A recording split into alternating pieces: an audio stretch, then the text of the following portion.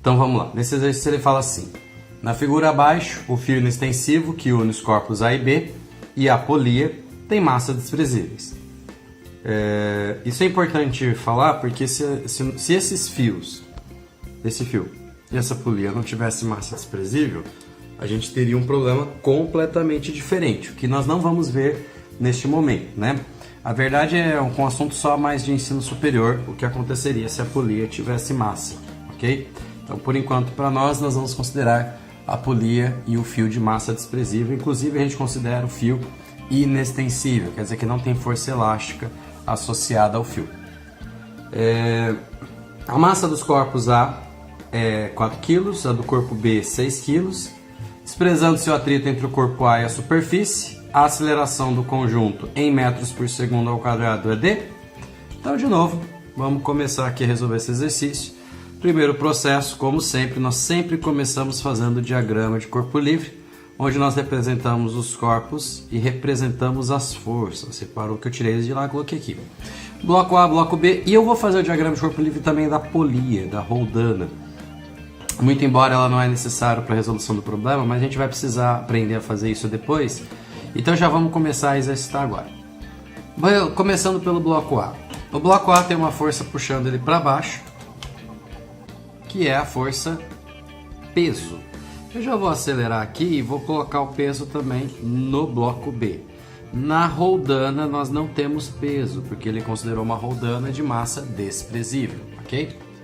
No bloco A, nós teremos uma força para cima chamada normal, porque o bloco A está em contato com a superfície. E como a superfície é horizontal, a normal é vertical. Essa força não existe no bloco B, ok? Porque o bloco B não está em contato com nenhuma superfície.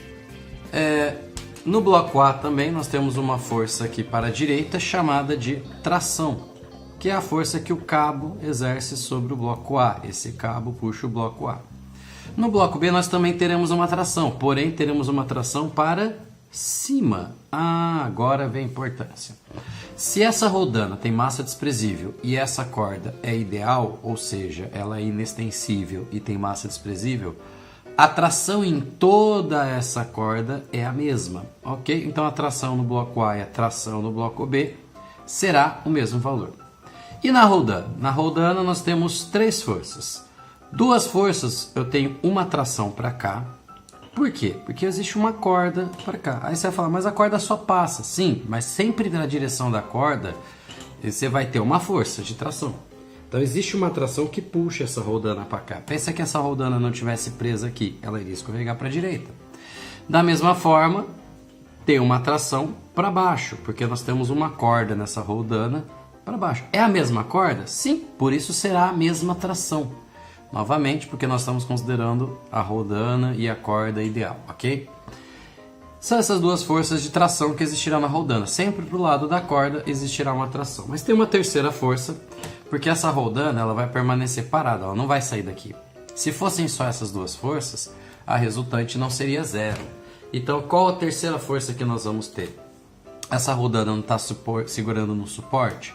Esse suporte exercerá uma força para cá, vou chamar de Fs, que é a força para cancelar, para que a resultante sobre a roldana seja nula, ok? Então na roldana nós teríamos essas 3 forças. Bom, fizemos o diagrama de corpo livre, agora a próxima coisa que nós temos que fazer é decompor em eixo X e eixo Y. Especificamente o eixo X ficará aqui, como no anterior a gente fez a ideia bem parecida, né? O eixo X e o eixo Y, nos 2 blocos. Só que no bloco B fica bem mais simples, porque no bloco B eu não tenho nenhuma força no eixo X. Depois a gente vai fazer a análise, a gente vai analisar cada bloco em cada eixo. Então vamos analisar o bloco A no eixo X, o bloco A no eixo Y. Já no bloco B, eu não vejo necessidade de analisar o eixo X. Por quê? Porque não há nenhuma força no eixo X do bloco B. Então acho que fica óbvio e nítido que a resultante do eixo X do bloco B é 0. Portanto, no bloco B, analisarei apenas o eixo Y. E a roldana para nós não interessa, ela vai ficar parada, ela não vai sair do lugar, a única coisa que ela faz é ela girar, só que a gente não está estudando rotação, então podemos desprezá-la e não analisá-la, ok? Então vamos lá, bloco A, vamos começar pelo eixo Y. O bloco A não tem movimento vertical na direção da minha caneta aqui. Portanto, verticalmente, a resultante do bloco A é 0. Lembrando que no exercício passado a gente discutiu isso, porque verticalmente o bloco A se encontra em repouso. Portanto, a normal do bloco A tem que ser igual ao peso do bloco A. Nessa altura, alunos começam a generalizar. Ah, a normal é sempre igual ao peso? Não, a normal não é sempre igual ao peso, ok? Vamos tomar cuidado com essas informações. A gente vai ver casos em que a normal não é igual ao peso, então vamos com calma aí. No eixo X, se você olhar para esse problema, você vai lembrar que não tem atrito. Se não tem atrito, eu acho bem claro e bem óbvio dizer que o bloco B vai descer e o bloco A vai vir para a direita, independente das massas dos blocos. Mesmo que o bloco A tivesse 1 tonelada e o bloco B tivesse 1 quilograma, como não há atrito, não há uma resistência ao bloco A deslizar para a direita. Lembra que ter massa maior não significa ser impossível de movimentar. Lembrando que eu estou desprezando o atrito. Ter massa maior, a segunda lei de Newton nos diz que significa ter uma aceleração menor.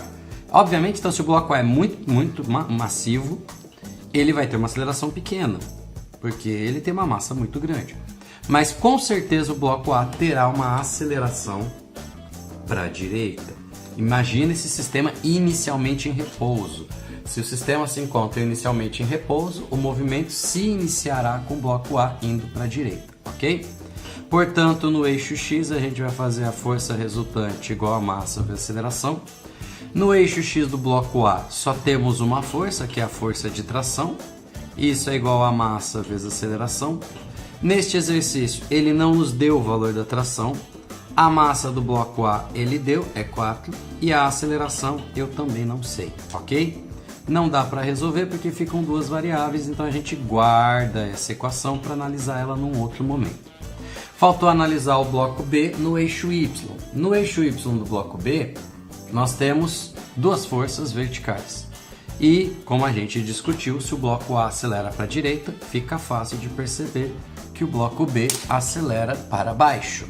Logo, resultante igual a massa vezes aceleração. Sempre que tiver aceleração, você vai usar a segunda lei de Newton. E sempre que estiver em repouso, você faz que a resultante igual a 0. Ok? Tem uma outra situação que a resultante é 0, se o corpo se movimentar com velocidade constante. Em outras palavras, né? Tem aceleração, faz resultante igual a massa vezes aceleração. Não tem aceleração, resultante igual a 0. Ok? Aqui no caso, como o bloco B vai acelerar para baixo, significa que o peso de B é maior que a tração. Então, na hora de eu calcular a resultante, eu vou fazer peso de B menos tração igual a massa vezes aceleração. Peso de B, como é que calcula peso? Relembrando aqui, peso é igual a massa vezes aceleração da gravidade. A massa do B é 6, a aceleração da gravidade na Terra é 10, está enunciado. Então, o peso de B é 60. Menos a tração é igual a massa, que é 6, vezes a aceleração. Outra equação com as mesmas variáveis. Então, quando eu tenho duas equações e duas variáveis, eu posso pegar essas duas equações e montar um sistema. Esse sistema, como o exemplo anterior, pode ser resolvido de forma muito simples se nós simplesmente somarmos essas equações. Olha que legal que aconteceria. Mais t somado com menos t vai cancelar. O que vai sobrar do lado esquerdo? 60. E do lado direito, 4a somado com 6a, 10a. Passando 10 dividindo, a aceleração vai ser 60 dividido por 10, que vai dar 6 metros por segundo ao quadrado. A resposta do exercício está aí. Mas se ele pedisse para achar a tração, né, que não pediu, mas se ele pedisse, era só substituir essa aceleração em uma dessas duas equações. Eu vou fazer aqui só para explicar. Obviamente eu vou substituir na primeira, porque ela fica mais simples. E aí a tração ficaria 4 vezes 6, que vai dar 24 newtons. Ok? Esse aí é o segundo exemplo que a gente vai resolver nessa listinha nossa.